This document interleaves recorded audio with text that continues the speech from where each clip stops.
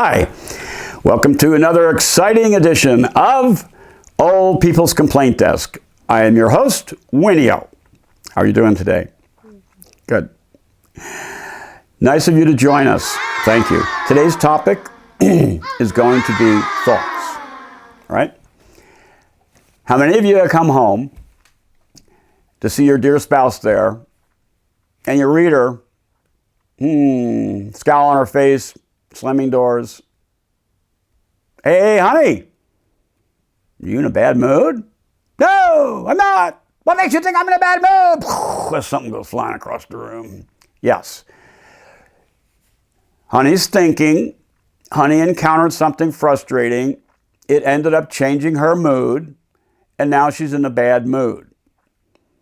And her bad mood, she just threw, a cutting board at me for no reason whatsoever. This never really happened, okay?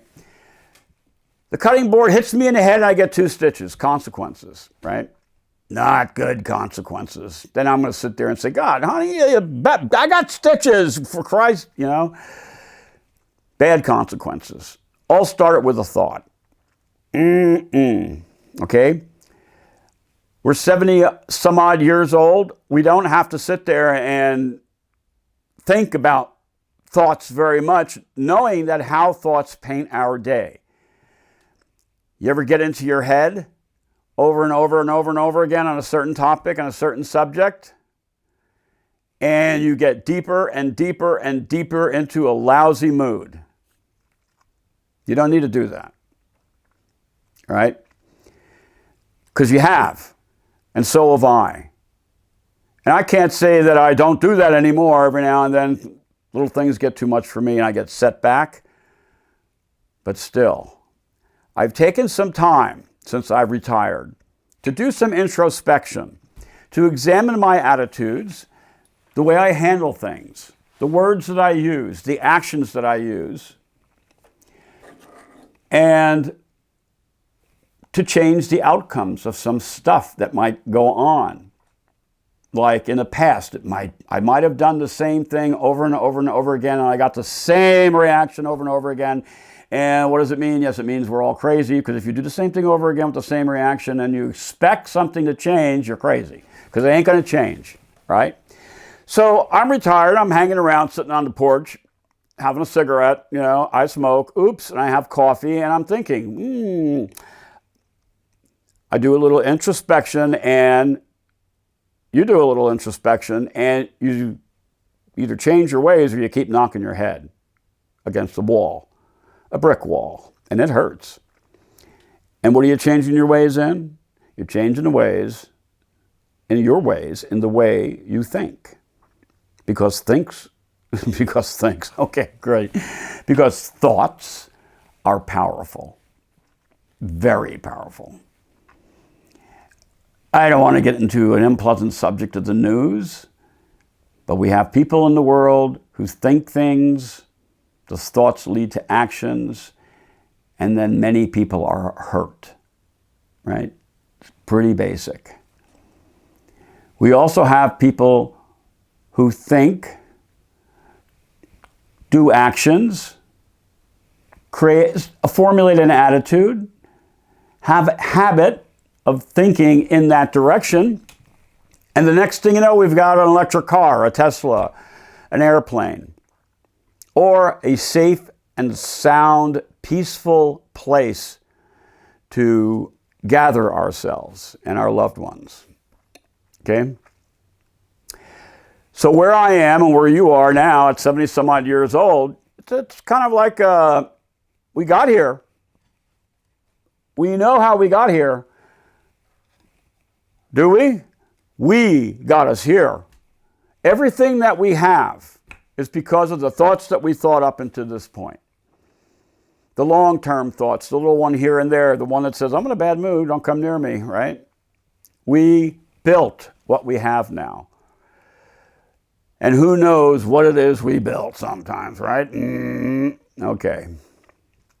So we built it.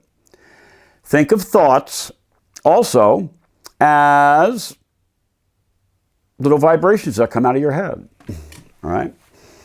We already You already experienced how you can be in a lousy mood and someone will pick it right out. Have you also been in a pleasant mood, thinking nice thoughts and memories, and then you mention, hey, remember that time in Shenandoah? Yeah, funny, I was just thinking about that. Oh, that was such a good time, right? Thoughts radiate. Not only do they create words, actions, consequences, they also radiate out from one person to another. And if they are vibrations, and this person is touched by my thoughts, well, why wouldn't that make sense? If it's a vibration, you ever listen to music lately? Vibrations. Now, if I got to go and do some concentrating, I like to throw on some Baroque music. It's white noise to me. It's nice and easy and calm. There's no big surprises. And it just sets a mood, and I just dig into what I'm digging into. Right? Now, there's once in a while where a soprano singer will sing. And so coming from the speakers is this vibration of noise, music, instruments, and a voice or a couple of voices harmonizing, and everything harmonizes, and I take it in and it moves me. I'm not saying that I cried over a couple of pieces of music. I cried over a violin movement once when I was very, very young, in a crazy place, but music moves you. I don't know, does it? It moves me. And then if you want to rock out, you go throw on some heavy bass and you just rock out and go crazy. That's moving, isn't it? Right? All right, so what? It only happens to music and things that you can hear and measure. It doesn't happen with thoughts. A mom's taking her baby and feeding, and she has thoughts. Thoughts form an attitude. Here's the baby. What's the mom doing as she's feeding? She's making a safe, hallowed, and peaceful place for her child, right? That's called mother-child bonding. What does the baby feel? What does the child, the baby,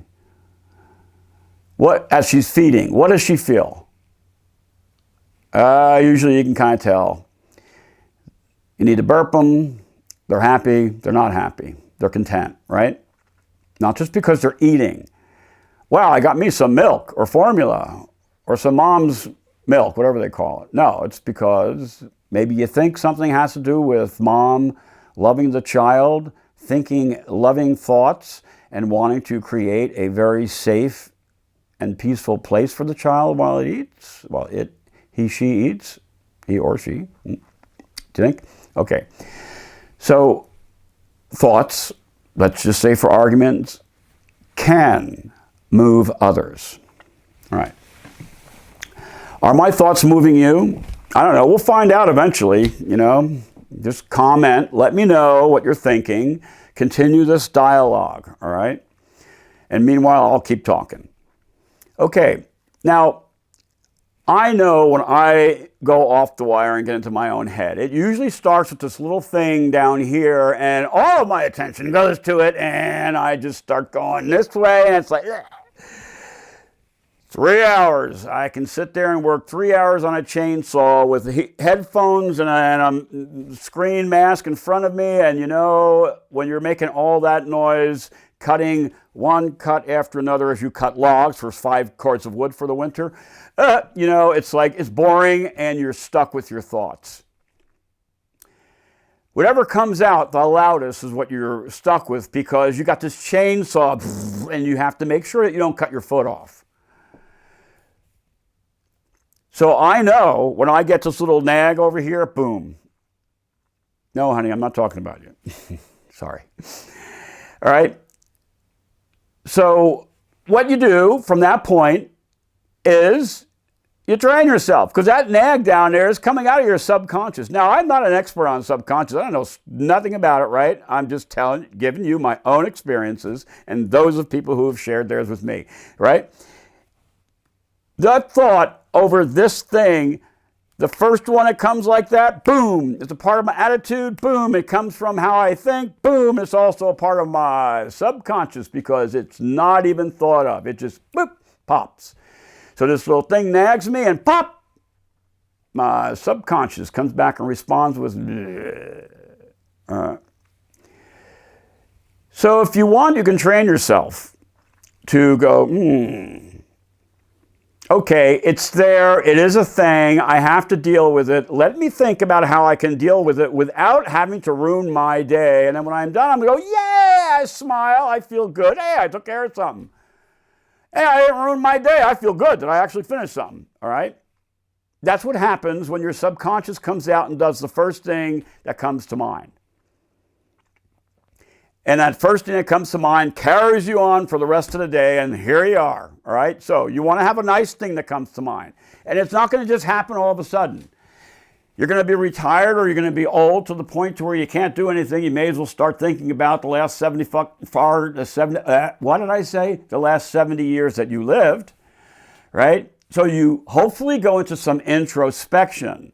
And if you want to change your habits in how you think and what you follow up with without thinking about it, like, oh, I didn't think about it, I'm sorry I did that. Yeah.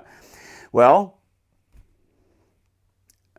I wasn't thinking about it, I just did it, I'm sorry I hurt you, or I wasn't thinking about it, I just did it, I'm glad that it helped you. Difference. Train yourself. How do you train yourself? Especially now, old dogs learn new tricks. They tell me. I have a 3-year-old dog and a 9-year-old dog, no, 11-year-old dog. The 11-year-old is learning new tricks. The 3-year-old dog from puppy on up taught it. Excuse me. Okay. How do you train yourself? Well, the act of training or I should say forming or influencing, or I'm missing the word, but the idea of getting into your subconscious, so it's a habit, is a 4-step process.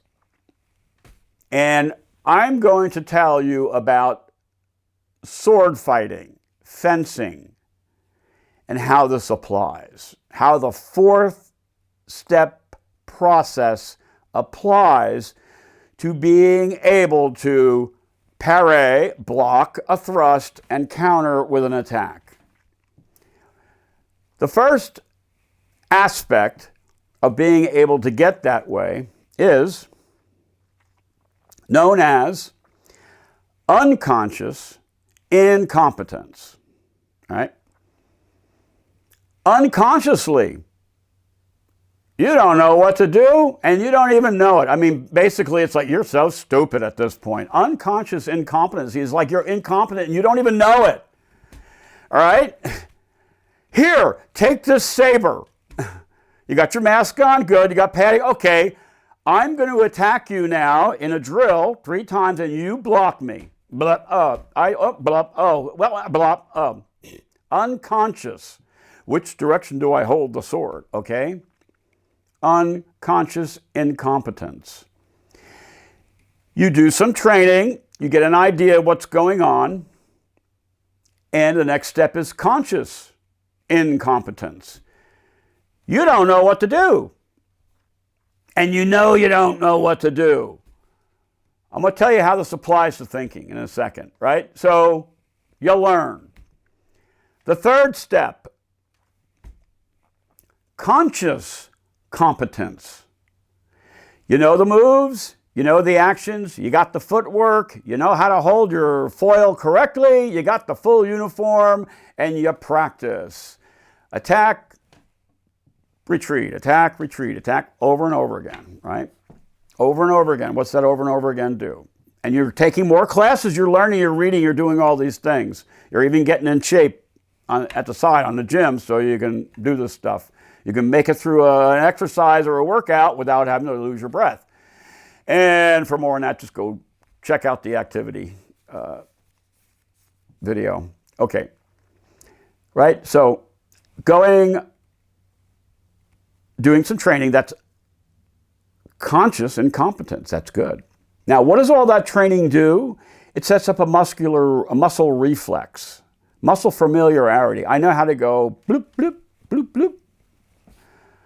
When you know how to do bloop, bloop so well that you do it without even thinking, and you think, you know, when someone's stuffing a sword at you, you can't think about what to do. You got to be fast. That next and final step is called conscious competence. What am I saying? No, I'm not editing this thing out. The next and final step is not conscious competence. That's the third step. The next and final step, the fourth step, is unconscious competence. But you knew that, didn't you? Unconscious incompetence, conscious incompetence, conscious competence, unconscious competence. The four ways, right? So how does that work when it comes to training your subconscious to react to something in a positive manner and to maybe gaining a positive attitude? You know, people have been telling me positive attitudes, hey, get a positive attitude. And, you know, I'd growl at them and say, right? Well, you know what? Positive attitudes really do help. Especially when you're 70 years old. This is it. This is it. I'm here. There's nothing more I can do. If I want to torture myself with stupid thoughts for no reason whatsoever, I have plenty of them that I could torture myself with about, all right? But I would prefer to think calmly about it, analytically, or however, and then just get into resolving it, resolving the issue. And it comes that way with people too. You got any issues with somebody that you've had for 30 years? Don't you have the time to resolve it? You can't go in there to resolve a 30-year problem with your estranged child with unconscious incompetence. You have to at least have conscious competence so you can go in there and lead the discussion, formulate discussion, guide it into a manner, into an area that helps, that solves something, as opposed to just makes matters worse. And if you're really that good at it, you're going to be unconsciously competent to where you don't even think about it. And you enjoy and revel in the happiness that you have made with your lost loved one. And then be happy with the pleasure that you have the rest of your life because you have someone else in your life, an offspring. All right?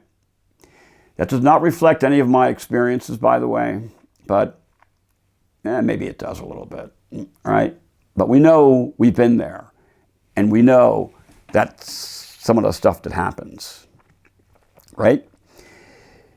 You don't want to be 70, 80 years old and all this stuff and have this crap garbage laying out there with people for 20 and 30 years or even 2 months, all right? But to be able to tackle that kind of stuff and seek that peace and contentment inside of you, you have to be able to handle those thoughts. Really, and it's not even handle the thoughts. Turn them into a habit. A habit, cultivate it by the means of a positive attitude and approach that you gained after you done a little research, you realize where you're messing up. You decided you wanted to change that and do something about it, and then you're so good at it,